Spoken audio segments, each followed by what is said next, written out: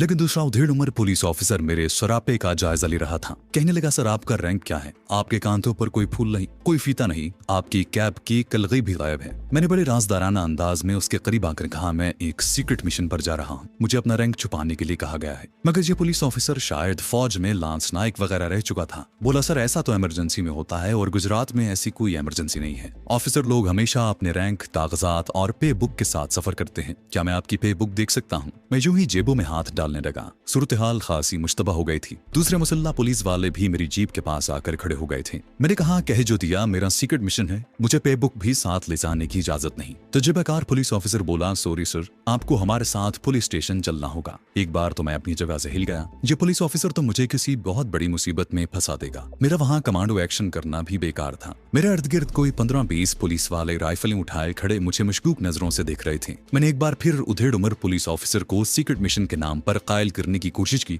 मगर जो मेरा इस्तदलाल बढ़ रहा था उसका शुबा बढ़ता जा रहा था। अब मैंने रोबदार अंदाज में कहा, मैं लेफ्टिनेंट कुमार गरीजा हूँ, तुम मेरे बटालियन हेडक्वार्टर फोन करके मालूम कर सकते हो। घाघ पुलिस ऑफिसर बोला, सर थाने पहुंचकर फोन भी कर लेंगे। आई एम सॉरी, आपको हमारे साथ पुलिस स्टेशन चलना होगा। उसने 2 सिपाहियों से कहा, राम सिंह, मुकरलाल साहब के साथ जीप में बैठो और थाने चलो। मैं 15 राइफलों की जद में था। अचानक मुझे अपने गले में पड़े मुकद्दस नक्श का ख्याल आ गया। मैं उस नक्श की मदद से जहां से फरार होने में कामयाब हो सकता था। ये नक्श मेरी बुशर्ट के अंदर छुप गया था। जूनी मैंने बुशर्ट के ऊपर वाले बटन खोलने के लिए हाथ उठाए, घाघ पुलिस ऑफिसर ने फौरन पिस्तौल तान लिया और बोला, कोई गड़बड़ नहीं चलेगी। क्या है तुम्हारी कमीज के अंदर? इससे पहले कि मैं बटन खोलकर मुकद्दस नक्श पर निगाह डालकर उस पुलिस ऑफिसर को कोई हुक्म देता, उस काइया पुलिस ऑफिसर ने एक ही झटके से मेरी बुशर्ट के ऊपर वाले 2-3 बटन तोड़ दिए और मेरे गले में पड़े हुए नक्श को झपट कर खींच लिया। नक्श का धागा टूट गया। नक्श अब उसके हाथ में था। बोला, ये जरूर कोई रेडियो ट्रांसमीटर है। वो अब खूंखार नजरों से मेरी तरफ देख रहा था। मुझे पहले ही शक था कि तुम दुश्मन के एजेंट हो।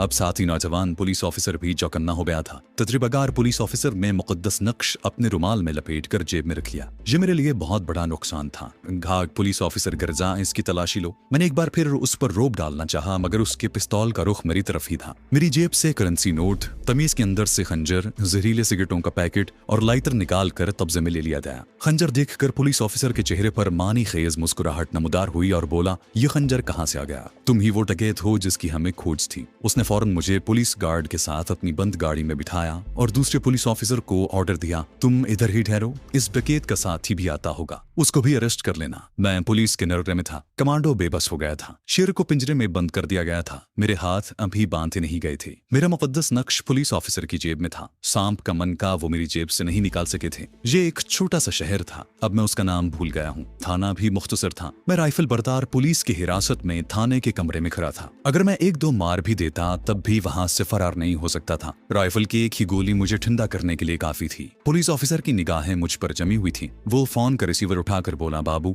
जरा अपने बटालियन ऑफिस का नंबर तो बताओ। मैंने अभी हथियार नहीं फेंके थे और उसे यही यकीन दिलाने की कोशिश कर रहा था कि मैं एक ऐसे फौजी मिशन पर हूँ कि कुछ नहीं बता सकता। उसने रिसीवर खटाक से नीचे रखते हुए कहा, जब तक तुम नंबर नहीं बताओगे तुमको हवालात में रहना होगा। बेआरी दास, इसको बंद कर दो। हवालात उसी कमरे में थी। आहनी सलाखों वाली बोसीदा सी कोठरी थी। 2 सिपाही मुझे धकेलते हुए हवालात में ले गए। बाहर से दरवाजा लॉक कर दिया गया। पुलिस ऑफिसर ने अपने तौर पर किसी फौजी दफ्तर में फोन किया और पूछा कि जहाँ कोई लेफ्टिनेंट कुमार गरीजा भी है। दूसरी तरफ से कोई उसका फौजी दोस्त बोल रहा था जिससे वो बेतकल्लुफी से बात कर रहा था। मुझे पसीना आ गया। एक बार फौज को मेरे बारे में इल्म हो गया तो मेरे सारे अगले पिछले जराइम का पर्दा उठ जाएगा और अजियतों के एक कर्बनाक दौर के बाद मुझे फांसी पर लटका दिया जाएगा। दूसरी तरफ से फौजी अफसर ने यही कहा होगा कि इस नाम का कोई लेफ्टिनेंट उनकी कंपनी में नहीं है। वो कहकहा लगाकर बोला, वर्मा जी, फिर हमने एक बहुत बड़े डाकू को पकड़ लिया है जिसने कल भी 2 खून किए हैं। राम राम। मुझे एक गुना तसल्ली हुई कि मामला पुलिस तक महदूद है, फौज तक बात नहीं पहुंची, वरना दूसरी तरफ से फौजी अफसर जरूर कहता कि हम लोग आ रहे हैं। पुलिस ऑफिसर ने उन्हें ये कहकर मुतमिन कर दिया कि मैं एक डाकू हूँ। अब बड़ी सारी तवज्जो उम्मीद की आखिरी किरण की तरफ पलट गई। उम्मीद का आखिरी सिरा जहरीले सिगरेटों वाला पैकेट था जो पुलिस की तहवील में चला गया था। हैरानी की बात थी, आला सिगरेटों के बावजूद अभी तक पुलिस ऑफिसर ने उसमें से एक सिगरेट भी नहीं पिया था। मैं हवालात में आहनी सलाखों के पीछे खड़ा था। मैंने कहा, ऑफिसर तुम्हें गलतफहमी हुई है,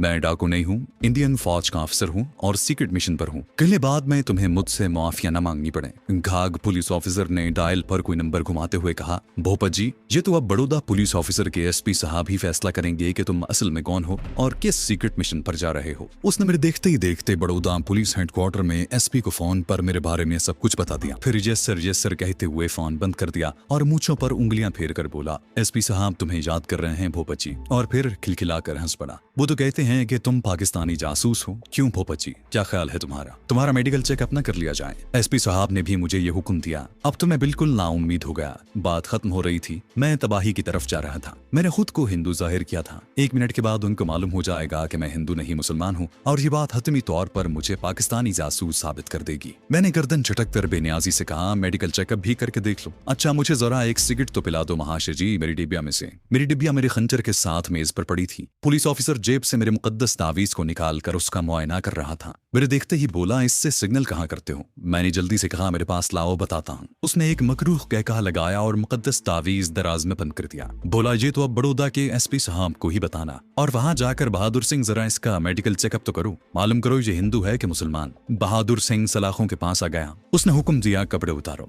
दूसरा सिपाही राइफल उठाए करीब ही खड़ा था। मैं मजबूर और बेबस था। खुद को इतना मजबूर बेबस पहले कभी महसूस नहीं किया था। बहादुर सिंह ने घबराहट में चिल्ला कर कहा, सर ये तो मुसलमान है। पुलिस ऑफिसर अपनी सीट से उछल पड़ा, पीछे हट जाओ, ये पाकिस्तानी जासूस है, खबरदार कोई सलाखों के पास न जाए। फिर वो उठकर सलाखों से 2 फुट के फासले पर खड़ा हो गया और मुझे गाली देकर बोला, हमें तो 2 रोज पहले ही इंफॉर्मेशन मिल चुकी थी कि राजस्थान से पाकिस्तानी जासूस दाखिल हुए हैं। हमें तुम्हारी भी तलाश थी। अब कहाँ गया लेफ्टिनेंट कुमार गरीचा? उसने जोर से सलाखों पर अपना बेद मारा। मैं पीछे हट गया। मैं बाजी हार चुका था। अब मैं दिल में खुदा से यही दुआ मांग रहा था कि मुझे महज एक आम पाकिस्तानी जासूस ही तस्वुर किया जाए, कहीं मेरा तिरचनापली के कर्नल नारूमनी का राज तश्तज़बाम न हो जाए। इसके बावजूद उदयपुर में 4 पुलिस वालों और सड़क पर 2 फौजियों के कत्ल के इल्जाम से मेरा बच निकलना मुहाल नजर आता था। मेरा जहन बिल्कुल काम नहीं कर रहा था। मैंने अपने आप को हालात के थारे पर छोड़ दिया। एक नजर मैंने मेज पर रखे हुए जहरीले सिगरेटों के पैकेट पर डाली और पुलिस ऑफिसर से कहा, अब मैं पकड़ा गया हूँ तो प्लीज मुझे एक सिगरेट ही पी लेने दो, तुम्हारी मेहरबानी होगी। पुलिस ऑफिसर मुझे कहर आलूद नजरों से देख रहा था। 2 कदम चलकर हवालात की सलाखों के पास आ गया। बाएं जानिब खड़े राइफल बरदार सिपाही को परे हट जाने का इशारा किया। सिपाही वहां से हट गया।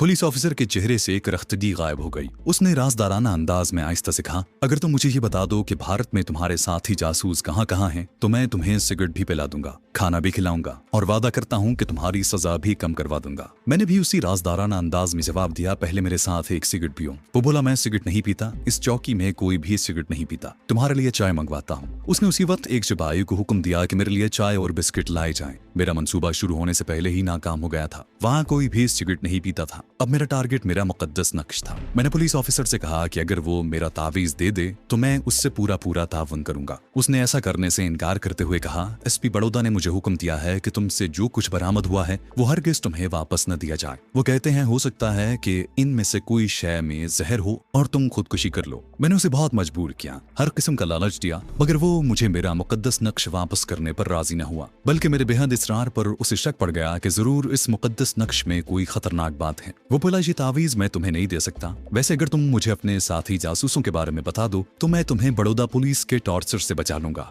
नहीं तो वहां के टॉर्चर से भोपत डाकू के रोंगटे भी खड़े हो जाते थे। अब मेरे लिए उससे बात करना बेकार था। मैंने कहा कि मैं कुछ नहीं जानता, मैं पाकिस्तानी जासूस नहीं हूँ, मेरा कोई साथी नहीं है, तुम सब जहन्नम में जाओ। पुलिस ऑफिसर ने सलाखों पर एक बार फिर जोर से बेद मारा और चिल्लाया, खबरदार इसे पीने को पानी तक न देना। उसने मेरे सामने मेज पर चाय रख कर पी और बिस्किट खाए। फिर उसने गत्ते का एक डिब्बा निकाल कर उसमें मेरा खंजर, करेंसी नोट, पिस्तौल और मुकद्दस नक्श डाला। सिगरेटों का पैकेट रखने लगा तो कुछ सोचकर बोला, ये साला पैकेट का क्या काम? और उसने मेरी आंखों के सामने सिगरेटों का पैकेट रद्दी की टोकरी में फेंक दिया। एक तरह से ये बात मेरे हक में जाती थी। कम से कम वो सबूत खत्म हो गया था जो मुझे उदयपुर के थानेदार और 3 सिपाहियों का कातिल साबित कर सकता था। वो यही जहरीले सिगरेट पीकर हलाक हुए थे। लेकिन मुझसे एक मेरा कारामद हथियार भी छिन गया था। पुलिस ऑफिसर ने डिब्बे को बंद करके उस पर टेप लगाई और सिपाही सिपाही से कहा, इसे अलमारी में लॉक कर दो। सिपाही ने डिब्बा दीवार वाली अलमारी में रख कर ताला लगा दिया। यूं तो मुझे हवालात में बंद हुए 1.5 घंटा गुजर गया। अब नौजवान पुलिस ऑफिसर और बाकी के सिपाही भी आ गए। ये सिपाही इलाके के दूसरे थाने से आए हुए थे। उनके आते ही पुलिस ऑफिसर ने मुझे बड़ौदा ले जाने के लिए तैयारियां शुरू कर दी। सबसे पहले उसने बड़ौदा पुलिस हेडक्वार्टर में एसपी साहब को फोन पर इत्तला की कि मैं पाकिस्तानी जासूस को साथ लेकर चल रहा हूँ। उसके बाद मुसल्ला गार्ड तैयार हो गई।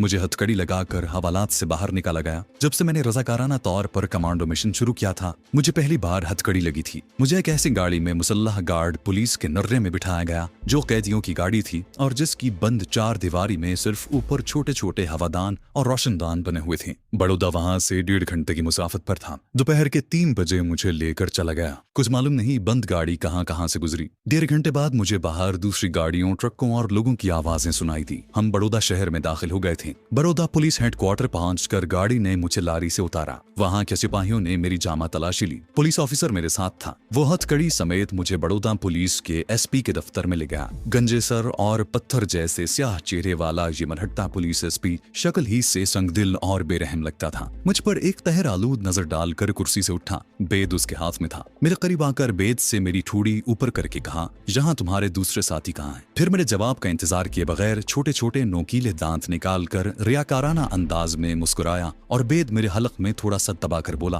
तुम्हारा तो बाप भी बता देगा अपने आप। ले जाओ इसे कोठरी में बंद कर दो। ये उसी हेडक्वार्टर के नीचे तहखाने में 5 फुट चौड़ी और कोई 4 फुट लंबी काल कोठरी थी। उसमें सिर्फ लोहे का एक दरवाजा था। दीवार में कहीं कोई रोशनदान नहीं था। लोहे के दरवाजे पर एक छोटा सा ताक था जिसका पट बाहर को खुलता था। उस ताक में सलाखें लगी थी। सिपाही मुझे उस काल कोठरी में धकेल कर दरवाजा बंद करके चले गए। फर्श पर कुछ नहीं बिछा था जहां हब्स हो रहा था। मैंने बैठते ही सबसे पहले काम ये किया कि जेब से सीधा कर दिया हुआ सांप का मनका निकाल कर देखा। इत्तेफाक से ये मनका पुलिस की दस्त बुर्द से बच गया था। सदा बेहद याद आई। मैं इसी शहर में उसे पुलिस की हिरासत में देखकर अपनी जान बचाकर भाग गया था। किस्मत की सितम ज़रीफी देखिए कि थोड़े ही दिनों बाद इस शहर की तालकोठरी में एक बेबस और मजबूर कैदी की तरह पड़ा था। खुदा जाने सीधा कहाँ होगी। उसका केस बड़ौदा में चला गया होगा। शायद अभी मुकदमा चल रहा हो। ये भी हो सकता है कि उसे सजा हो गई हो या रिहा कर दी गई हो। मैंने मनके को चूम लिया, फिर उसे जेब में रखा और सोचने लगा कि अब मुझे क्या करना चाहिए। मेरे जराइम की जंजीर की तमाम कड़ियां एक एक करके खुलने लगी थी। उसका आखिरी सिरा तिरचनापली के पाकिस्तानी जासूस कर्नल मनी से जाकर मिलने वाला था। मुझसे सरजद हुए कितने ही पतल साबित होने वाले थे।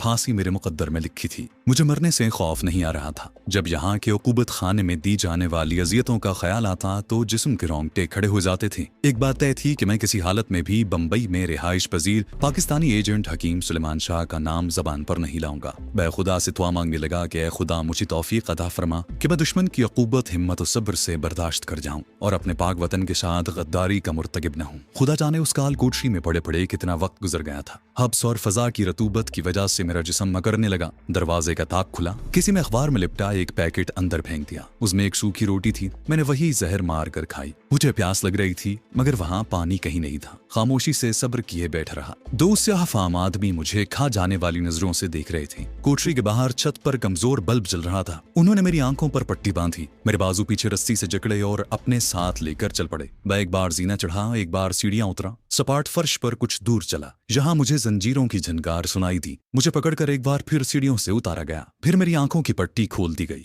ये एक कमरा था जिसके वस्त में सीमेंट का थड़ा था। जहां एक कुर्सी रखी थी, उसके पीछे बिजली के तार लटक रहे थे। मुझे उस कुर्सी पर बिठाकर मेरे बाजू और पिंडलियां जकड़ दी गईं। दोनों स्याह-फाम आदमी पीछे हटकर खड़े हो गए। कमरे का दरवाजा खुला और वही जल्लाद मरहट्टा एसपी हाथ में बेद लिए अंदर दाखिल हुआ। उसने इशारा किया। मेरे सर के ऊपर 200 पावर का बल्ब जल उठा। कमरा रोशनी से भर गया। मरहट्टा एसपी ने मेरे करीब आकर कहा, तुम्हारे बारे में सब कुछ मालूम हो गया है। तुम एक खतरनाक पाकिस्तानी जासूस ही नहीं बल्कि कई इंडियन पुलिस और फौज के अफसरों के कातिल भी हो। तुम फांसी के फंदे से बच नहीं सकोगे, लेकिन अगर तुम मुझे जहां भारत में अपने साथी जासूसों के एड्रेस बता दो तो मैं तुम्हें फांसी के तख्ते से बचा लूंगा। ज्यादा से ज्यादा तुम्हें 2-4 साल कैद हो जाएगी। अब बोलो क्या अपने साथियों के नाम और एड्रेस बताओगे? मैंने पुराजुम लहजे में कहा, एसपी साहब मैं पाकिस्तानी जासूस नहीं हूँ। तमिलनाडु का रहने वाला मुसलमान हूँ। शिकार के शौक में राजस्थान में आया था कि धर लिया गया। मरहट्टे जल्लाद ने पूछा, और जिस फौजी जीप पर तुम जा रहे थे वो किसकी थी? मेरे पास उसका कोई जवाब नहीं था। मैंने यूं ही कह दिया, वो जीप मुझे रास्ते में खड़ी मिली थी, मैं उसे लेकर चल दिया।